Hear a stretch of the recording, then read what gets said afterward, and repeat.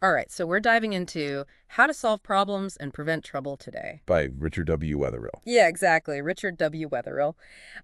This excerpt you gave me, it claims that it can unlock like some next level happiness Oh, yeah. by, solving problems before they even happen. Right. And I gotta say, I'm intrigued, but also a little skeptical. I mean, he's promising some pretty big things here, like Mm. correcting personality flaws, Oh, yeah. Right. breaking bad habits, and even like reducing our chances of getting sick or having accidents. Yes. So It's a tall order. it is a tall order. So let's dive in and see what he's actually got. Well, the core of his argument, I think, is surprisingly simple. Yeah. He believes that most of our problems actually stem from like illogical thoughts that we form Oh, yeah. during emotional moments. Mhm. And these thoughts then get buried in our unconscious mind, and they basically act like these hidden puppet masters Oh, wow. that pull our strings without us even realizing it. So it's like we're running on autopilot, but our navigation system is like totally glitching out. And that can lead to some pretty unpredictable results. Yeah. And Wetherill argues that the consequences of these illogical actions can be really far-reaching, Okay. because they're driven by these hidden thoughts, and so they clash with natural laws. Okay. He uses this example of John, Mm. this guy who keeps sabotaging his relationships by losing his temper Oh, and yeah. blowing up at his partners. I've known a few Johns. Yeah, and he always blames everyone else. Right. But Wetherill suggests that the real issue is John's knee-jerk illogical reaction to feeling frustrated. Okay, so I get the relationship part of it, but give me an example of how these illogical actions like actually clash with natural laws. What does that even mean? Okay, well, think about it this way. Like trying to function on 4 hours of sleep when your body needs 8. Mm-hmm. You're basically telling your body, I know you need rest, but I'm going to power through anyway. Right. Or believing that a few drinks will make you a better driver. Oh, gosh. You're defying the natural laws of your body and of physics. Right. So these are attempts to bend reality to our will. And according to Wetherill, those attempts always backfire. Okay, I see the connection. So it's like we're trying to swim upstream against a raging current. Yes. We might make a little bit of progress, but we're going to wear ourselves out in the process. Exactly. And that exhaustion then leads to more frustration, Right. which fuels more emotional outbursts. Mm. And the cycle just continues. Yeah. We've all been there. Oh, for sure. Like we're striving for something, we hit a wall, and suddenly we're in a full-on meltdown mode. Mm. Nothing ever goes my way. Why am I such a failure? We've all had those moments of irrationality. Oh, absolutely. Those thoughts are like those uninvited guests that show up at the worst possible time, Yeah, and then they just refuse to leave. exactly. And here's where it gets really interesting. Wetherill argues that these emotional thoughts, even the ones that we think we've forgotten, Okay. they become like command phrases. Command phrases. Yes, embedded in our unconscious mind. Okay, I'm not sure I follow. So it's like there are these little programs running in the background Oh. that dictate our thoughts and actions from below the It surface. was okay. And he uses this analogy of someone thinking in a fit of rage, like, if she makes me mad enough, I'll kill her. Oh, wow. That thought, even if it's never acted upon, becomes a command phrase that's lurking in the shadows, Oh, gosh. waiting for the right trigger to activate it. So we're not just talking about like fleeting thoughts here. No. These are like deeply ingrained patterns that can have like real world consequences. Exactly. And this is why Wetherill says we often find ourselves repeating the same mistakes over and over again. Mhm. Even when we swear we've learned our lesson, Right. we're not consciously aware of the faulty programming that's driving our behavior. It's like we're trying to bake a cake, but we're using salt instead of sugar. Yes. And no matter how many times we try, it's just not going to turn out right. Exactly. So we're trapped in this cycle of illogical thoughts that lead to these self-sabotaging actions, which create more frustration, more emotional outbursts, and even more illogical thoughts. It's like this vicious downward spiral. Okay, so how do we break free? Well, Wetherill argues that simply trying to counteract our urges with willpower or external solutions is like putting a Band-Aid on a broken leg. Got it. It might provide temporary relief, but it's not addressing the root of the problem. Right. The key, he says, is to actually correct the underlying distortions of logic that are driving those negative thoughts and behaviors. Okay, I get that, but how do we even begin to identify those distortions? Right. They're buried in our unconscious minds, right? They are. It's not like we can just pull them out and examine them under Right. a microscope. Well, that's where Wetherill's techniques come in. Okay. He offers a few surprisingly simple but powerful methods for unearthing these hidden command phrases. Okay. One is to simply write out your unfiltered thoughts about something that's bothering you, Okay. like a person, a situation, a problem you're facing. So just like a brain dump. Get it all out there on paper. Exactly. Just let it all flow out. Okay. Another technique is to pay attention to other people's emotional outbursts. Okay.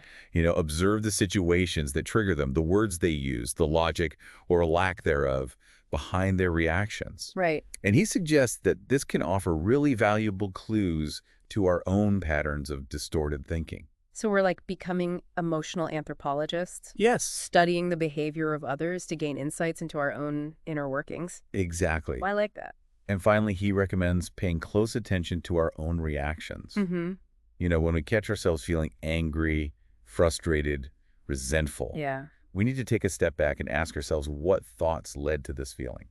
What assumptions am I making? Right. Is there some distorted logic at play here? So we're like becoming detectives of our own mind, Yes. looking for the faulty lines of code that are causing our systems to crash. Exactly. I can see how this could be a really powerful tool for self-discovery. It is. Hmm. And once we've identified those command phrases, the real work begins. Okay. The work of correcting those distortions and rewriting our internal programming.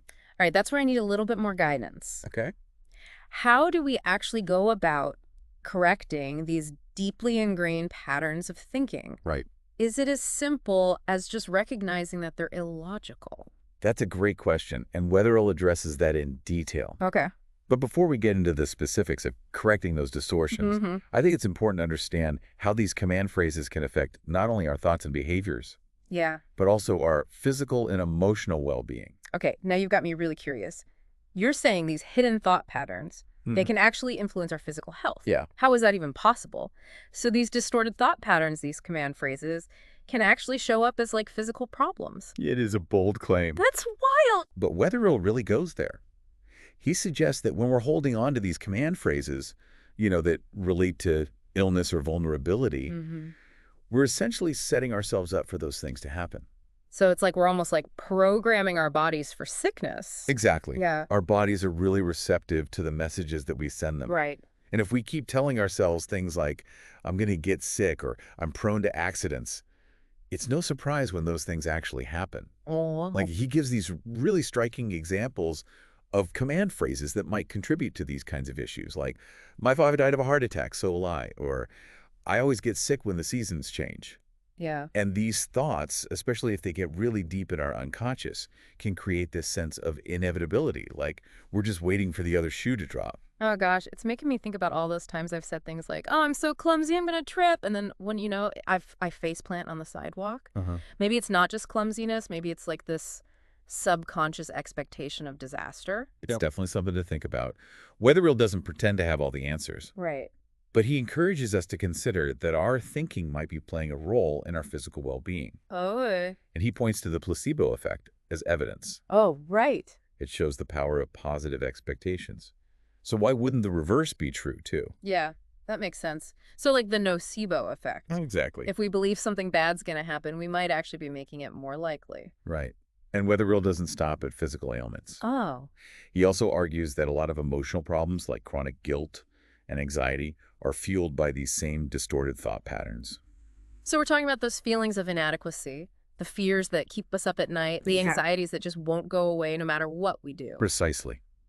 And he suggests that these feelings often come from past experiences where we made decisions or we did things that went against our own moral code, Okay. even if those violations were pretty small. Interesting. Like he uses the example of someone who cheated on a test in school. They might tell themselves it was no big deal. Right.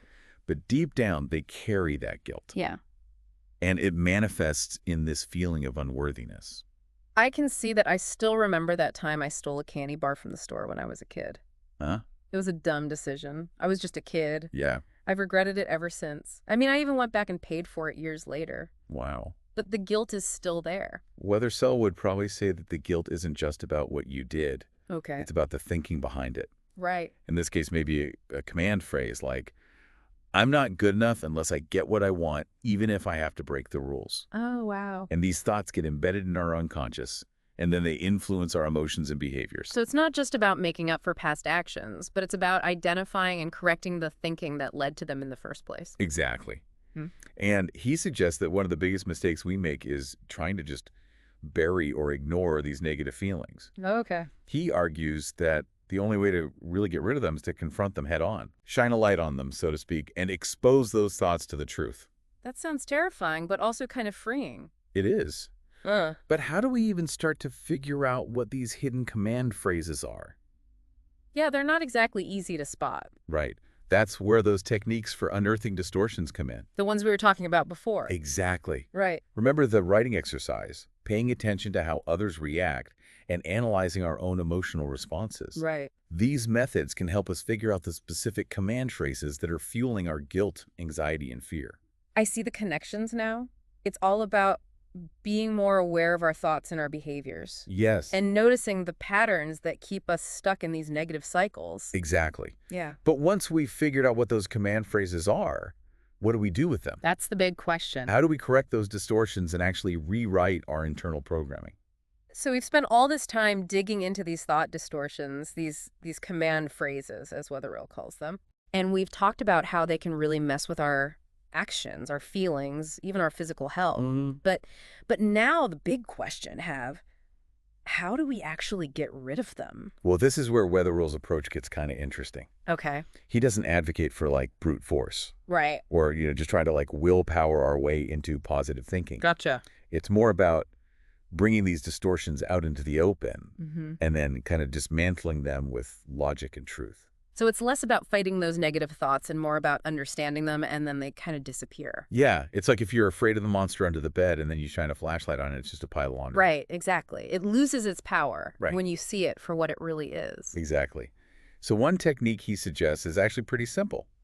Write down the command phrase you're dealing with Okay. and then put it on trial. Put it on trial. Ask yourself, is this statement really true? What evidence do I have to support this belief? So, like, cross-examine it. See if its arguments actually hold up. Right? And a lot of times that's all it takes. Really? Yeah. Just by bringing that unconscious thought into your conscious awareness Okay. and looking at it critically, Yeah.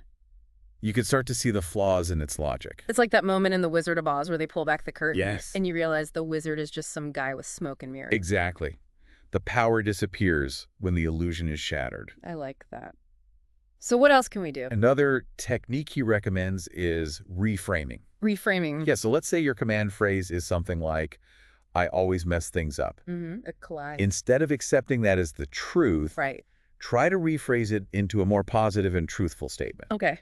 Like, I'm capable of learning from my mistakes and making better choices next time. Oh, so we're basically swapping out the bad code with a new and improved program? Exactly. It's like giving your mind a software upgrade. I love that analogy. And Wetherill emphasizes that this process takes time and patience. We didn't develop these distortions overnight, so we can't expect to eliminate them overnight. Right. It's a journey. It's a commitment to yourself. Yeah, this isn't a quick fix. This is a lifestyle change. Exactly. Yeah. It's about developing a new relationship with your thoughts. Right. One that's based on awareness, compassion, and a willingness to challenge those old beliefs. I'm really liking where this is going. And the reward, Wetherill says, is huge. Okay. By correcting these distortions, we open ourselves up to more peace of mind, stronger relationships, and even better physical health. So we're stepping out of the shadows and into the sunlight. Yes. Shedding the old patterns and embracing who we really are. And it doesn't stop there. Oh. He also suggests that understanding distortions can help other people. Help other people. Yeah, to break free from their own mental traps. So we're not just fixing our own wiring, but we can be electricians for others too. Exactly. And it starts with empathy. Okay. When someone is acting out or stuck in a negativity spiral, try to see the world through their eyes. What distortions might be driving their behavior? What pain might they be trying to hide? So instead of judging or criticizing, we're offering compassion and understanding. Right. We're giving them the space to work through it, just like we're doing for ourselves. And remember, we can't change anyone who doesn't want to change. That's true. We can offer support and guidance, Right. but ultimately it's their choice to break free. Well, this has been quite a journey. It has. We've explored this hidden world of distortions, Right. learned how to identify and dismantle them, Right. and even how to use this knowledge to improve our relationships and help others. And as always, the most important thing is what resonates with you. That's true. What insights will you take with you from Wetherill's work? Right. How might you apply these concepts to your own life and your own challenges? That's a wrap on this deep dive into how to solve problems and prevent trouble. It's been great exploring these ideas with you. And we hope you found it as insightful as we have. Until next time, keep questioning, keep learning, and keep diving deeper.